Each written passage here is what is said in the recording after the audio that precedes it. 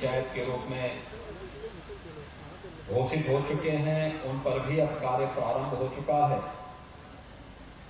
और इन क्षेत्रों में जो जनता निवास कर रही है उन्हें भी नगरीय सुविधा का लाभ प्राप्त होगा। ये क्षेत्र विकास की गति में तेजी के साथ आगे बढ़ेंगे।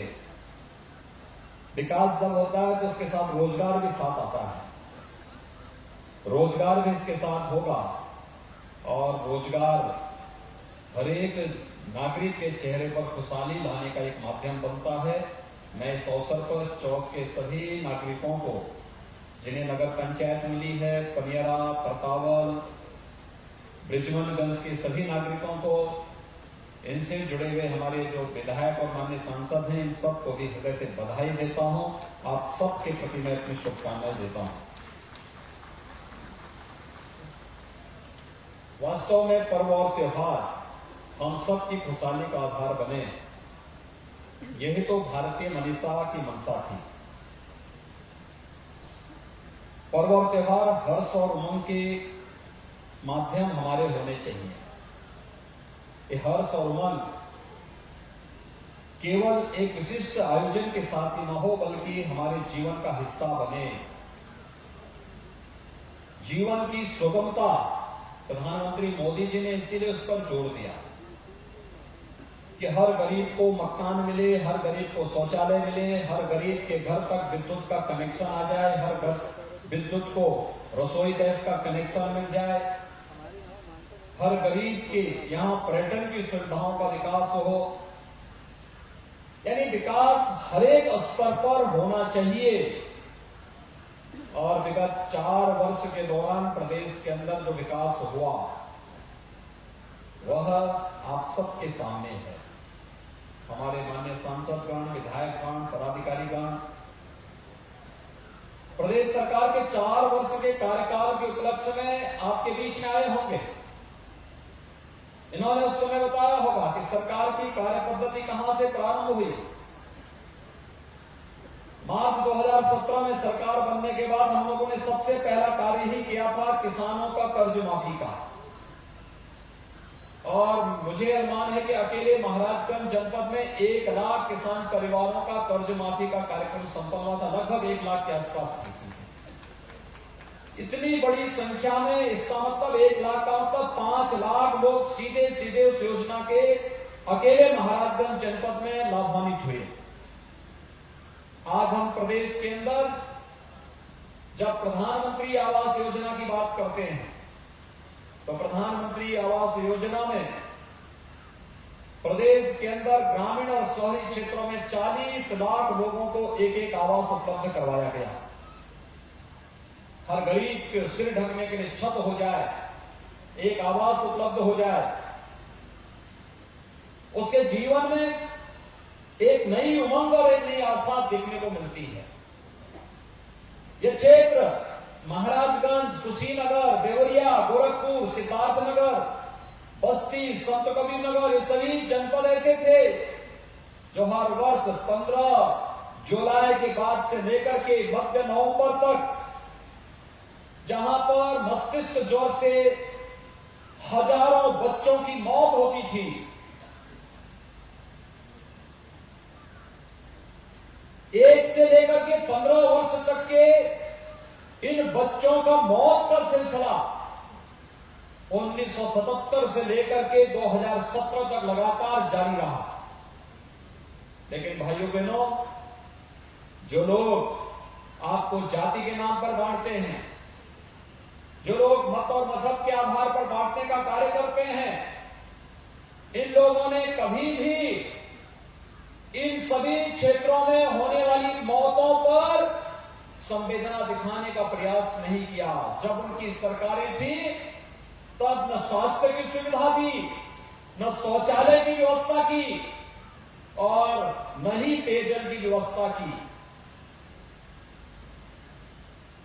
2017 में जब सरकार आई थी 2,61,00,000 लोगों को हम लोगों ने उसके बाद एक शौचालय उपलब्ध करवाया। और यही नहीं, अब तो हर ग्राम पंचायत में एक सामुदायिक शौचालय भी बन रहा है और सामुदायिक शौचालय के साथ एक गांव की महिला लाभार्थी को वहां नौकरी देकर के 6,000 रुपये महीने की देखभाल की व्यवस्था के साथ ये सुविधा भी दी जा रही है। प्रदेश के अंदर 58,000 से अधिक महिलाओं को ऐसे रोजगार के साथ हम लोगों ने प्रदेश के अंदर जुड़ा है। यानी ये कार्यक्रम, ये स्वच्छ भारत अभियान का कार्यक्रम जिसमें घर घर शौचालय बनाए गए, इसने स्वच्छता के प्रति आम नागरिक को प्रेरित किया और इसी के कारण केवल 2 अभियान, स्वच्छ भारत अभियान और शुद्ध पेयजल की आपूर्ति के कारण आज मस्तिष्क ज्वर 75 से 80% नियंत्रण हुआ है और मौत के आंकड़ों को भी हम लोगों ने 95% से अधिक नियंत्रण करने में सफलता प्राप्त की। अब मौत इंसेफ्लाइटिस से नहीं हो सकती। इंसेफ्लाइटिस में जो सफलता मॉडल प्रदेश सरकार ने खड़ा किया, आज उसका हम लोगों ने पिछले 1 वर्ष के अंदर, जब दुनिया कोरोना से मर रही है, आपने देखा होगा अमेरिका दुनिया की सबसे बड़ी ताकत, सबसे विकसित देश, 33 करोड़ की आबादी अमेरिका की है, 5 लाख से ज्यादा लोग मर चुके हैं कोरोना से। लेकिन उत्तर प्रदेश के अंदर कोरोना को पूरी तरह नियंत्रित किया गया, जबकि 40 लाख से अधिक लोग उत्तर प्रदेश में बाहर से आए थे, जो लोग रोजी रोजगार के लिए उन राज्यों में गए थे जिन राज्यों में सर्वाधिक कहर कोरोना आज भी ढा रहा है। लेकिन तब भी एक व्यवस्थित कार्यशैली, सामूहिक रूप से किए गए प्रयास का परिणाम आज उत्तर प्रदेश के अंदर देखने को मिल रहा है। विद्युत का कनेक्शन मिलने की बात तो बहुत दूर थी, विद्युतीकरण के लोग तरसते थे। मैं स्वयं भी 19 वर्षों तक सांसद रहा और 19 वर्षों तक सांसद रहने के दौरान मैं इस बात को महसूस करता था कि अगर गांव में जाते थे, गांव के लोग मांग करते थे कि हमारे गांव में विद्युतीकरण का कार्य हो जाता। मुझे आश्चर्य होता था कि आजादी के बाद हमने विकास की बात तो की, लेकिन उन घरों तक बिजली नहीं पहुंचाई जो हमारे ही नागरिक थे। प्रदेश के अंदर 1,21,000 गांव में विद्युतीकरण का कार्य पूरा करते हुए 1,38,00,000 परिवारों को निःशुल्क विद्युत कनेक्शन उपलब्ध करवाने का काम भी किया गया। और आज आप बिजली देखते होंगे, पहले सरकारें भेदभाव करती थी, चेहरा देख करके बिजली देती थी, क्षेत्र देख करके बिजली मिलती थी। आज तो प्रदेश के सभी 75 जनपदों में हर जिला मुख्यालयों को 24 घंटे बिजली की आपूर्ति की जा रही है। ग्रामीण क्षेत्रों में भी 16 से 18 घंटे की विद्युत की आपूर्ति की जा रही है। विद्युत के वितरण के साथ साथ शासन की योजनाओं में भी किसी प्रकार का भेदभाव किसी के साथ नहीं किया जा रहा है। हमने पिछले 4 वर्षों के अंदर 100 से अधिक नए नगर निकाय बनाए हैं, जिसमें 4 तो अकेले महाराजगंज जिले के अंदर है। ये नगर निकाय लोगों के जीवन स्तर को उठाने के लिए, विकास की नई सोच पैदा करने के लिए, रोजगार की संभावनाओं को आगे बढ़ाने के लिए। जब चौक ग्राम पंचायत थी तब एक सफाई कर्मी चौक में रहा होगा, लेकिन अगर नगर पंचायत बन गया है, अब दर्जनों सफाई कर्मी चौक में लग जाएंगे जो स्वच्छता के अभियान के साथ जुड़ेंगे। सड़कें चौड़ी होंगी, जल निकासी की व्यवस्था होगी, पर्यटन विकास की संभावनाएं बढ़ेंगी, बस स्टेशन बनेंगे, यहां पे नगर पंचायत का अपना कार्यालय होगा और कार्यालय एक मिनी सचिवालय के रूप में कार्य करेगा। वहां पर सभी प्रकार की बुनियादी सुविधाएं गांव के लोगों को, गांव इस क्षेत्र के लोगों को, नगर पंचायत चौक से जुड़े हुए लोगों को चौक में ही उपलब्ध होती हुई दिखाई देंगी। आज यहां पर स्वास्थ्य केंद्र का भी निर्माण कार्य लगभग पूरी होने की रफ्तार। पर्यटन केंद्र के रूप में यहां पर चौक में बाबा गोरखनाथ मंदिर और माई सुनाड़ी में सुनाड़ी देवी के मंदिर का पुनरुद्धार का कार्य हो रहा है। अन्य जितने भी ऐसे केंद्र हैं जो हमारी आस्था के केंद्र बिंदु हैं, उनके पर्यटन विकास को आगे बढ़ाया जा रहा है। और जल जीवन मिशन के अंतर्गत तमाम नई परियोजनाओं को लेकर के उन परियोजनाओं के साथ उन परियोजनाओं को आगे बढ़ा करके ये प्रयास प्रारंभ हो रहा है कि जहां पर पेयजल की योजना लागू होनी है वहां पेयजल की सुविधा उपलब्ध कराएंगे। जहां पर सामुदायिक स्वास्थ्य केंद्र बने वहां सामुदायिक स्वास्थ्य केंद्र बनेंगे। जहां सड़कें बननी वहां सड़कें बनेंगी। अब तो हम लोग नेपाल के बॉर्डर के साथ साथ एक बॉर्डर रोड का भी निर्माण कार्य करने जा रहे हैं, जो महाराजगंज जिले से प्रारंभ हो रहा है, ठूटीबाड़ी के पास से प्रारंभ हो रही है। और ये मार्ग आपको यहीं पर बैठ करके अपने वाहन से आपको सीधे पीलीभीत तक लेकर के चला जाएगा, उत्तराखंड के साथ जोड़ने का कार्य कर देगी।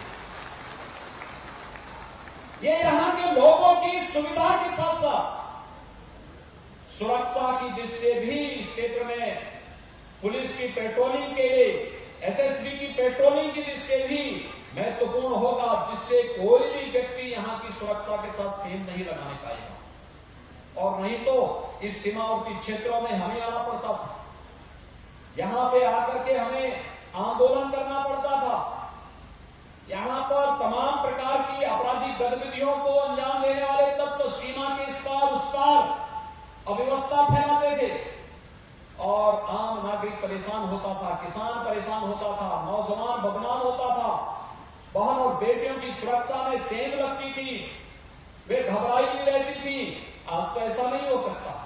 आज तो हर व्यक्ति खुश है, सर्वत्र खुशहाली का माहौल है और खुशहाली के इस माहौल को आगे बढ़ाने के लिए प्रदेश सरकार उसी स्तर पर कार्य करते हुए आज आगे बढ़ रही है।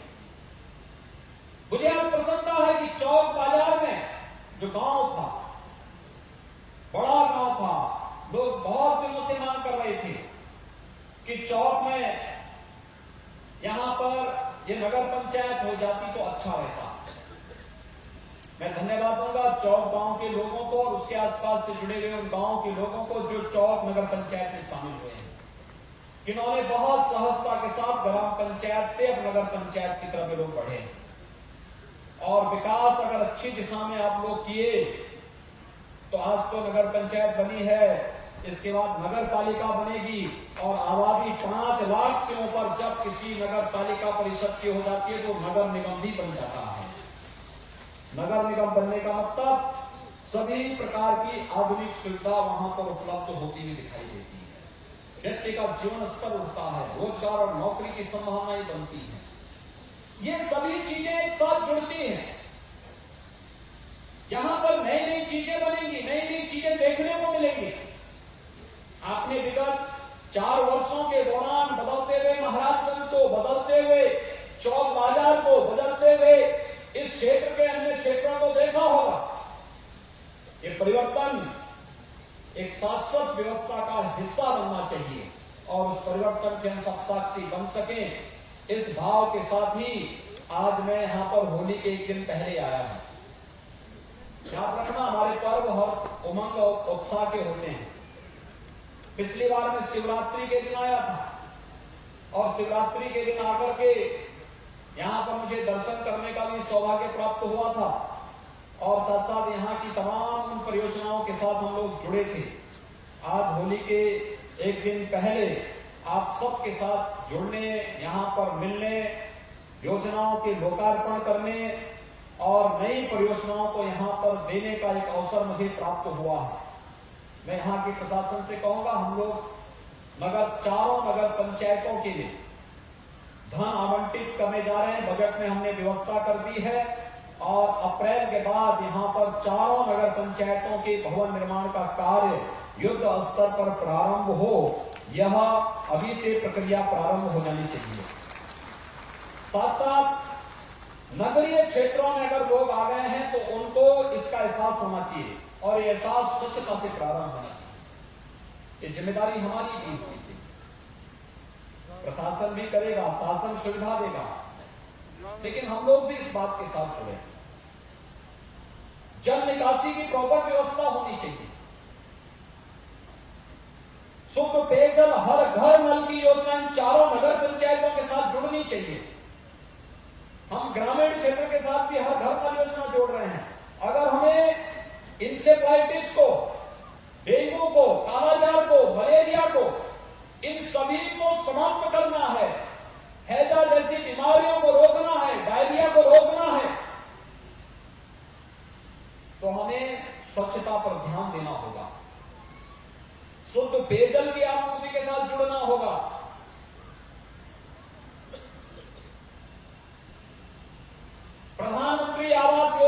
साथ इन कार्यक्रमों को आगे बढ़ाना पड़ेगा। चौक नगर पंचायत में, परतावल में, पनियारा में, ब्रिजबनगंज में प्रधानमंत्री आवास जिन्हें मिल गया था वे तो सौभाग्यशाली हैं ही, जिन्हें नहीं मिल पाया है अब नगर पंचायत का हिस्सा हो गए हैं। और यहाँ पे नियमों में शिथिलता देते हुए व्यवस्था बनाई गई है कि जिनकी वार्षिक आय 3 लाख से कम है और उनके पास अपनी जमीन है, या पात्रता की श्रेणी में वो आ सकते हैं, या अगर किसी का पुराना जर्जर मकान है, झोपड़ी है, उसको भी प्रधानमंत्री आवास योजना के लिए अंदर अनुमोदन कर दिया गया है। इन चारों नगर पंचायतों के साथ साथ यहाँ की जितने भी नगर निकाय हैं, जिला प्रशासन को चाहिए उन ऐसे लाभार्थियों की सूची तैयार करते हुए उन्हें प्रधानमंत्री आवास योजना का लाभ देना चाहिए, जिससे हर गरीब के पास अपना मकान हो सके। अच्छी सुविधा होनी चाहिए, स्ट्रीट लाइट लेनी चाहिए, लाइट जलती हुई दिखाई देनी चाहिए, सड़कें चौड़ी और अच्छी होनी चाहिए। प्लानिंग और विकास के साथ हम सबको जुड़ना होगा। ये विकास होगा तो हर एक के जीवन में खुशहाली आएगी। मैं महाराजगंज जनपद के अपने माननीय सांसद और विधायकों को इस बात के लिए भी धन्यवाद दूंगा कि आजादी के बाद प्रदेश के अंदर लगभग 100 के आसपास गांव ऐसे थे जिन गांवों में कोई सुविधा नहीं प्राप्त हो पाई थी, उन्हें बनटांगिया गांव कहते थे। और आज महाराजगंज के ही लगभग 18 गांव हैं जिन्हें हमने राजस्व गांव घोषित करके उनका नाम मतदाता सूची में भी डलवाया है। पहली बार वहां प्रधान का चुनाव होने जा रहा है। इसका पहली बार प्रधान का चुनाव लोग करेंगे आजादी के बाद, और प्रधान के चुनाव के साथ ही वहां पर सड़क की सुविधा दी जा रही है। ज्यादातर लोगों को मुख्यमंत्री आवास योजना में हम लोगों ने आच्छादित कर दिया है। आजादी के बाद पहली बार उन्हें राशन कार्ड की सुविधा मिली है। उन गांवों में विद्यालय बन रहे हैं, स्वास्थ्य केंद्र बन रहे हैं, वृद्धावस्था पेंशन, विधवा पेंशन, निराश्रित महिला पेंशन, दिव्यांगजन पेंशन की सुविधा का लाभ उन लोगों को उपलब्ध कराया जा रहा है। और महाराजगंज जनपद के तो बनटांगिया गांव ने एक मिसाल प्रस्तुत की है कि हम यहाँ पे कॉन्ट्रैक्ट फार्मिंग करेंगे, सामुदायिक खेती के माध्यम से कई गुना आमदनी चुकंदर उत्पादन के क्षेत्र में उन्होंने एक नए अन्य कदम को उठाते हुए यहाँ के किसानों की खुशहाली के लिए कार्य करना प्रारंभ कर दिया है। ये है प्रगति का मापदंड।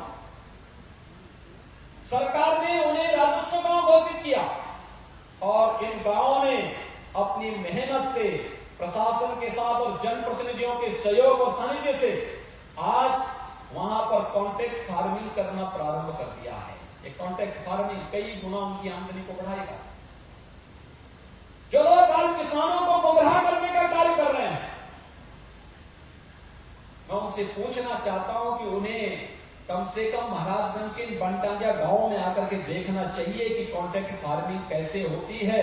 और जो लोग शहरों में रह करके शहरी मूर्ख बनना चाहते हैं कि कॉन्ट्रैक्ट फार्मिंग का मतलब किसान की जमीन को ले लेना, इससे बड़ी बेवकूफी और क्या हो सकती है। कॉन्ट्रैक्ट फार्मिंग का मतलब किसान की संपत्ति और उनकी जमीन को लेने से नहीं है, बल्कि किसान को एक उनकी अपनी एक सोसाइटी बना करके उसके माध्यम से जब आप खेती प्रारंभ करेंगे तो उसको मैकेनाइज खेती भी कर सकते हैं। ज्यादा खेती को एक साथ अगर लोग करना प्रारंभ करेंगे तो उस खेती से वह नए तरीके, नए आधुनिक तरीके अपना करके कम लागत में ज्यादा उत्पादन करना प्रारंभ करेंगे। और जब भी ज्यादा उत्पादन खेती से प्रारंभ होगा तो ये ज्यादा उत्पादन स्वाभाविक रूप से उन किसानों के जीवन में नया परिवर्तन लाने का काम करेगा। उन्हें मुनाफा ज्यादा कमा, यानी 2 गुना से कई ज्यादा दाम लोग कमा सकते हैं। मैं पिछले दिनों गोरखपुर में ही था। मैं गोरखपुर में एक किसान ने अपने 2 बीघा खेत में, उनौला का किसान है, पिपराइच विधानसभा क्षेत्र में, पिपराइच विकास खंड का ही वो गांव भी है। उनौला का वो किसान 2 बीघा खेती में स्ट्रॉबेरी की खेती किया और वह एक प्रदर्शनी में जिस दिन किसान कल्याण मेला था गोरखपुर में, जब मैं उसका उद्घाटन करने के लिए गया तो मैंने पूछा वहां पर, मैं अचानक उस स्टॉल में गया और मैंने उस किसान से पूछा, मैंने कहा स्ट्रॉबेरी कहां से आया? उसने कहा मैं उत्पादन कर रहा हूं। मैंने कहा कहां? उसने कहा उनोला में, उनोला गांव में। मैंने कहा कितने में आपने किया? उसने कहा 2 बीघा में। मैंने कहा कुछ मुनाफा हुआ? उसने कहा हाँ। मैंने कहा कितने? उसने कहा 2 बीघा में 14 लाख का मैं स्ट्रॉबेरी बेचा हूं। 14 लाख का, मात्र 6 महीने के अंदर 14 लाख की स्ट्रॉबेरी बेचा हूं, 8 लाख का नेट प्रॉफिट कमाया हूं। भाइयों बहनों, ये प्रॉफिट अन्य किसान भी कमा सकते हैं। कहीं स्ट्रॉबेरी लगा करके, कहीं ड्रैगन फ्रूट लगा उसका उत्पादन करके, कहीं पर केले की खेती। केले तो महाराजगंज और आपका कुशीनगर जनपद पहले से विख्यात है। सब्जी की खेती करके यहां पर पहले से ही गन्ने की खेती को यहां के लोग विगत 100 वर्षों से अधिक समय से गन्ने की खेती कर रहे हैं। यहां की जो पुरानी चीनी मिलें थी, वे चीनी मिलें भी 1905 से लेकर के 1920 और 30 के बीच में लगी थी।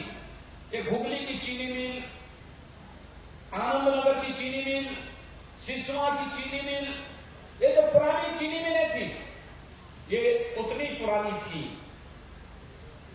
इसका मतलब गन्ने की खेती उससे पहले से थी और गन्ने की खेती के माध्यम से उत्पादन, अधिक मुनाफा कमाना यहां के किसान पहले से करते थे। आज कॉन्ट्रैक्ट फार्मिंग का जो कानून है वह प्रधानमंत्री जी ने बार बार कहा है, वह एक विकल्प है, बाध्यता नहीं। किसान को लगता है उसे लाभ मिलेगा तो करे, नहीं लगता तो किसान कतई किसी के साथ कॉन्ट्रैक्ट न करें, उस पर निर्भर करेगा। लेकिन कुछ लोग जिन्हें विकास अच्छा नहीं लगता, वे लोग किसानों के कंधों पर बंदूक रख करके अव्यवस्था और अराजकता का माहौल पैदा करने का प्रयास कर रहे हैं। हम लोगों ने पिछले वर्ष धान का क्रय किया था 52 लाख मीट्रिक टन और अधिनियम लागू होने के बाद इस बार किसानों से धान क्रय हम लोगों ने किया था 68 लाख मीट्रिक टन, यानी लगभग 16 लाख मीट्रिक टन अधिक धान की क्रय किया। एमएसपी किसान के खाते में दिया। कहा जा रहा है कि मंडियां बंद हो जाएंगी।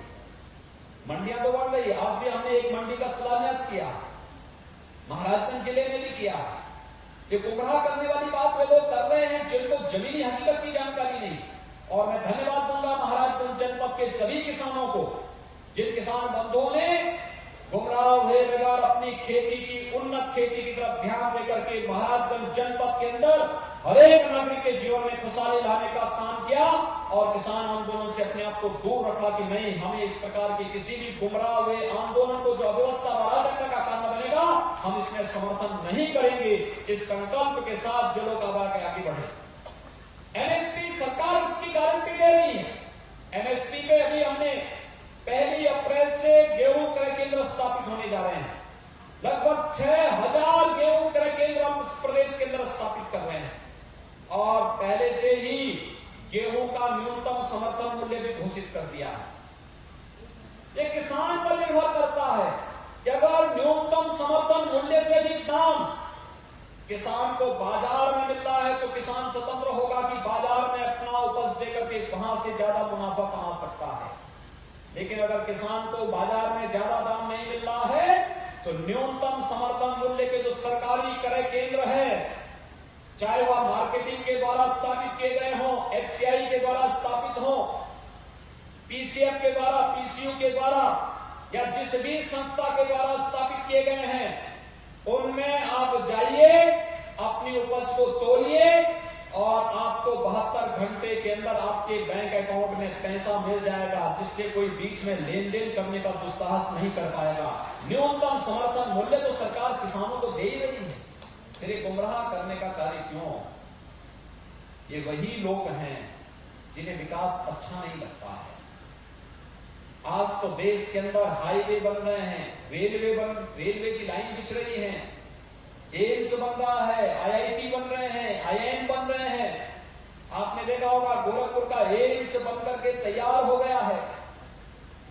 गोरखपुर में फर्टिलाइजर कारखाना जो 26 वर्ष पहले बंद हो चुका था, फिर से जुलाई माह के बाद फिर से धुआं उगलता हुआ दिखाई देगा। यहां के नौजवानों को नौकरी भी देगा, किसानों को सस्ते में अच्छी खाद भी उपलब्ध करवाएगा। एक लंबी श्रृंखला बन रही है और अब तो सरकार ने यह भी तय किया है, जिन जनपदों में कोई मेडिकल कॉलेज अब तक सरकार नहीं बना पाई है, ऐसे 16 जनपद हैं। उन 16 जनपदों में पीपीपी बोर्ड में सरकार एक पॉलिसी लेकर के आ रही है। उसके तहत विशेषज्ञ स्वास्थ्य सुविधा उपलब्ध कराने के लिए मेडिकल कॉलेज भी स्थापित करने जा रही है, जिसमें महाराजगंज जिला भी एक है। भाइयों बहनों, ये प्रत्येक नागरिक के जीवन में बेहतर सुविधा उपलब्ध कराने की सरकार की मंशा का हिस्सा है और मैं यहां के जनप्रतिनिधियों को हृदय से धन्यवाद दूंगा कि उनके द्वारा विकास कार्यों में रुचि ली जाती है। ये जो पत्थर में शिलान्यास और लोकार्पण के कार्यक्रम हो रहे हैं, ये इनकी रुचि का परिणाम है कि जहां सड़क नहीं वहां सड़क बनेंगे, जहां पेयजल की सुविधा नहीं वहां पेयजल की सुविधा उपलब्ध होगी, जहां बिजली नहीं पहुंच पाई है वहां बिजली उपलब्ध कराएंगे, जहां पे नगरीय सुविधा की आवश्यकता है वहां नगरीय सुविधा उपलब्ध करवाएंगे, जहां स्वास्थ्य की सुविधा नहीं वहां स्वास्थ्य की सुविधा उपलब्ध कराएंगे और जहां पर लोग आजादी के बाद से ही बुनियादी सुविधाओं से वंचित थे उन लोगों तक बुनियादी सुविधा उपलब्ध कराने का कार्य करेंगे। यह कार्य बखूबी आज आपके महाराजगंज जनपद में भी हर एक जगह उपलब्ध करवाने का कार्य किया जा रहा है। मैं महाराजगंज जनपद के सभी नागरिकों को लगभग 280 करोड़ रुपए की लागत की परियोजनाओं के लोकार्पण और शिलान्यास कार्यक्रम के अवसर पर हृदय से बधाई देता हूं, अपनी शुभकामनाएं देता हूं। आप सभी को होली की मंगलमय शुभकामनाएं आप सबके लिए व्यक्त करता हूं। होली उत्साह और उमंग का पर्व है और इस उत्साह और उमंग के साथ अपने पर्व और त्योहार को मनाएं। लेकिन मेरी आप सबसे विनती होगी, कोरोना के खिलाफ देश की लड़ाई बहुत अच्छे ढंग से आगे बढ़ रही है। 60 साल से ऊपर के जो भी व्यक्ति हैं वे वैक्सीन जरूर लगवा लें और 1 अप्रैल के बाद से एक व्यवस्था बनने जा रही है कि 45 साल की उम्र के लोगों को भी वैक्सीन लगेगा। वैक्सीन लगाने का काम युद्ध स्तर पर आगे बढ़ना चाहिए।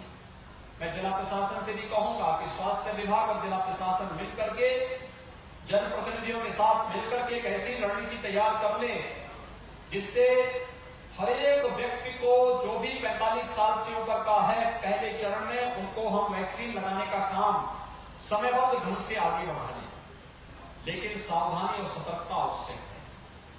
अभी भी भाभी लोगों ने वैक्सीन आने के बाद बहुत सारे लोगों ने मास्क हटा दिए। मास्क आपको बचाएगा, इन्फेक्शन से बचाएगा। दूसरा, किसी चीज को आप छूते हैं तो सैनिटाइजर से हाथ साफ कर लें, या सैनिटाइजर नहीं है तो साबुन से पानी से हाथ धो लें। महाराजगंज जिले में तो पानी की कमी भी नहीं है। स्वच्छता और सोशल डिस्टेंसिंग का पालन हर हाल में हमें करना होगा, मास्क लगाना होगा और यह सावधानी निरंतर बनाए रखनी पड़ेगी। याद रखना कि ये सावधानी और सतर्कता ही हमें बीमारियों से बचा सकती है और बीमारी में उपचार से महत्वपूर्ण होता है। अगर ये बचाव का कार्य आप कर सकेंगे तो बहुत अच्छा होगा, क्योंकि कोरोना में संक्रमण तीव्र है।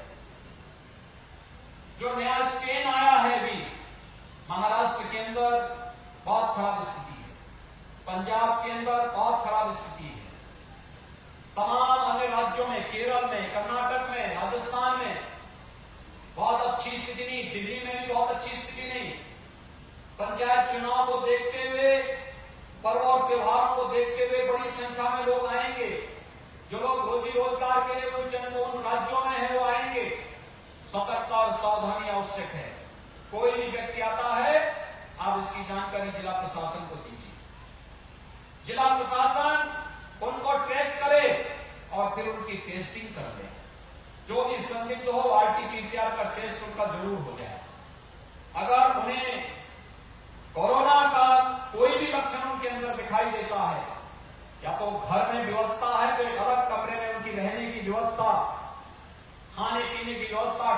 की अलग सी व्यवस्था हो जाए।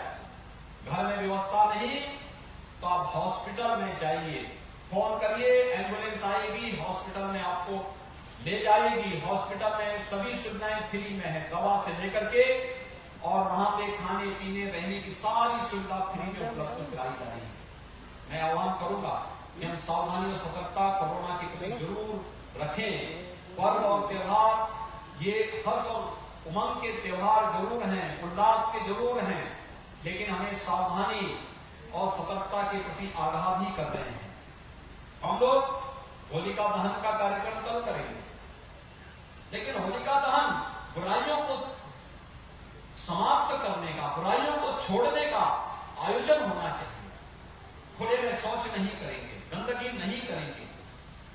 कहीं बाल विवाह है तो बाल विवाह नहीं होने देंगे, कहीं छुआछूत और अस्पृश्यता का भाव है तो इसको नहीं पनपने देंगे।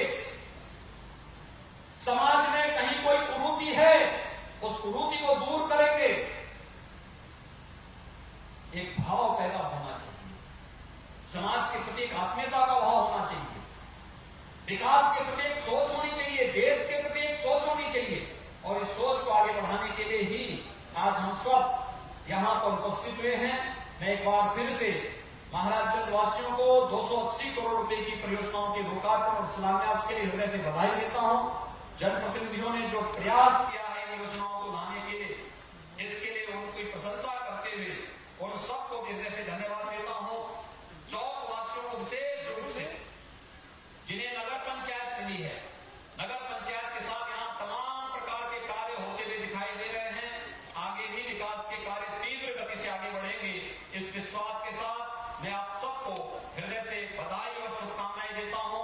होली की मंगलमय शुभकामनाएं आप सबके प्रति। धन्यवाद। जय हिंद, जय जय श्री राम।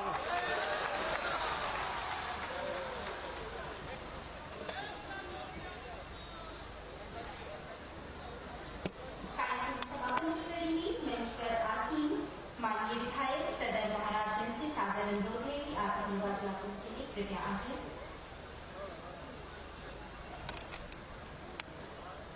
शिवावतारी महायोगी गुरु गोरक्षनाथ की धरती पे उत्तर प्रदेश के यशस्वी मुख्यमंत्री परम पूज्य योगी आदित्यनाथ जी महाराज का महाराजगंज सदर विधानसभा की तरफ से आपका हार्दिक वंदन, अभिनंदन, स्वागत करता हूं।